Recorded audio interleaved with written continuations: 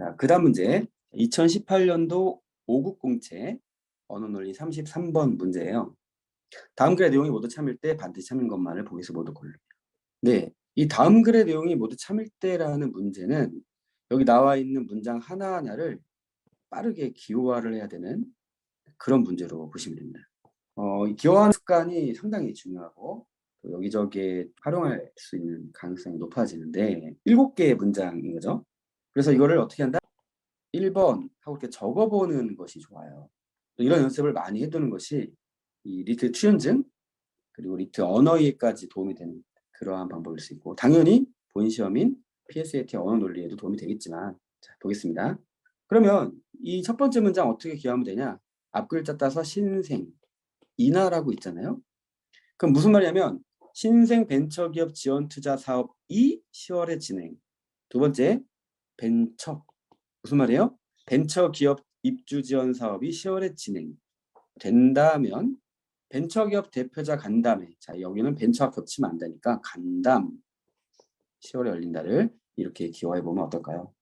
처음에는 이러한 기호화가 쉽지가 않을 건데 자꾸 연습하셔야 됩니다. 두 번째, 그런데 자, 창업지원센터가 10월에 간담회 장소로 대관되지 않을 경우 그럼 어떻게 되냐? 뭐 창업 이렇게 하셔도 되지만 저는 간담 이렇게 다시요. 대관. 그렇죠? 간담회 있었으니까. 그런데 대관되지 않을 경우니까 느낌이 대관이 좀 세잖아요. 대관되지 않을 경우에서 이 경우에는 낮 대관으로 한번 해보자. 자, 그러면 벤처기업 입주 지원 사업이 그건 위에서 해봤죠? 벤처. 자, 이런 식으로 한다는 얘기예요. 자, 만일 대관된다면 앞문장의 연장 문장이죠. 11월로 연기된다는 건 뭐냐면 10월에 열리지 않는다가 되니까 위에서 기호한 것에 부정이 됩니다. not 벤처 이렇게 쓸 수 있어요. 여기까지 이해되시죠? 자, 그 다음에 간담회가 열릴 경우. 자, 근데 이게 다시 자, 기존 중소기업 지원 사업이 이걸 안 했죠 아직. 네, 그러면은 이건 뭐라고 할 수 있느냐? 그냥 뭐 중소라고 할게요. 중소라면 진행.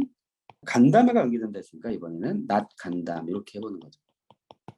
그 다음에 간담회가 열릴 경우 대관. 자, 두 개는 요 마지막 두 개가 어려워요. 자, 이거 외의 일로 대관되는 일은 없다 이렇게 된 거예요.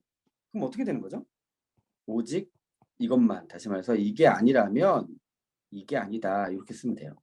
이런 거를 기호화하는 습관을 평소에 좀 했었어야 되는 거예요. 아니면 뭐 지금이라도 이 문제를 통해서 훈련하면 되죠. not 간담이면 not 대관이다.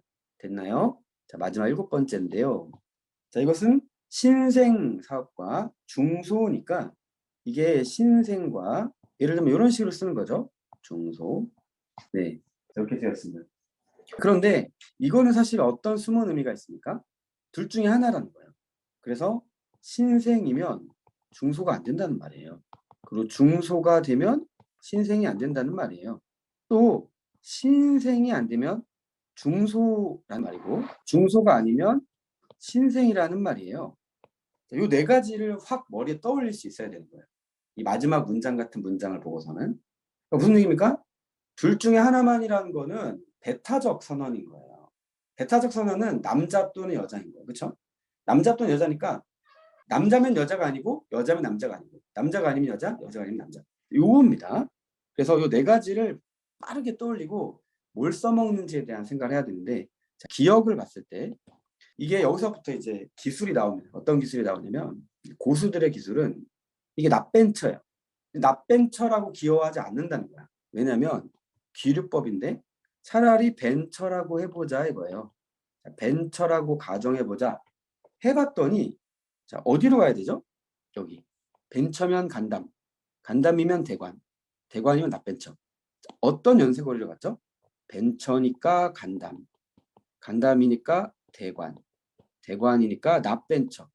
그러면은 벤처면 납벤처가 되니까 최초 가정했던 벤처는 잘못된 가정인 거예요. 그래서 결론은 납벤처가 되는 거예요. 납벤처. 그 납벤처가 기억입니다. 아, 벤처가 안 되니까 납벤처구나. 이렇게 푸는 방법을 아셔야 돼요. 상당히 어려운 문제예요. 그 다음에 니은. 자, 선지가 연결이 될 수 있어요. 자, 어떻게 되냐? 이 납벤처를 알았단 말이에요.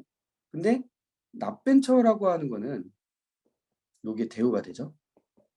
납대관이 됩니다. 그리고 여기 대우죠.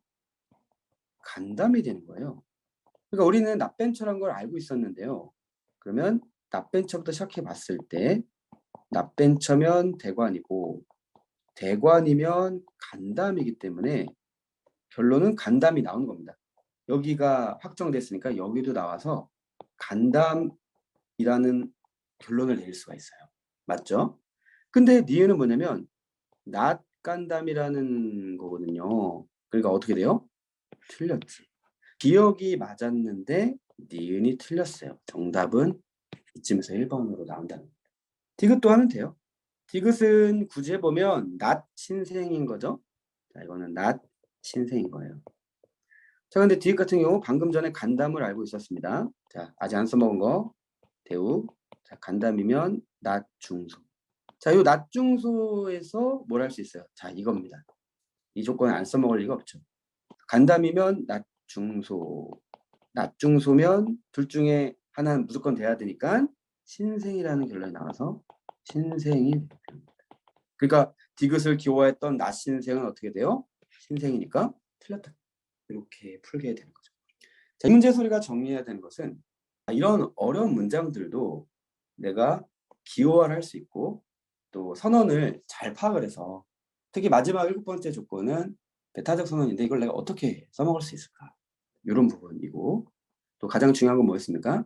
기억이라고 하는 선지에 대해서 내가 기호화했을 때 납벤처지만 벤처를 가정해보는 그러한 것들이 주요한 그런 문제로 작용하게 되고 대우 잘 취해보고 하나하나 적용해 보면 되는데 이런 문제는 돌아서면 새로운 문제. 그래서 어떻게?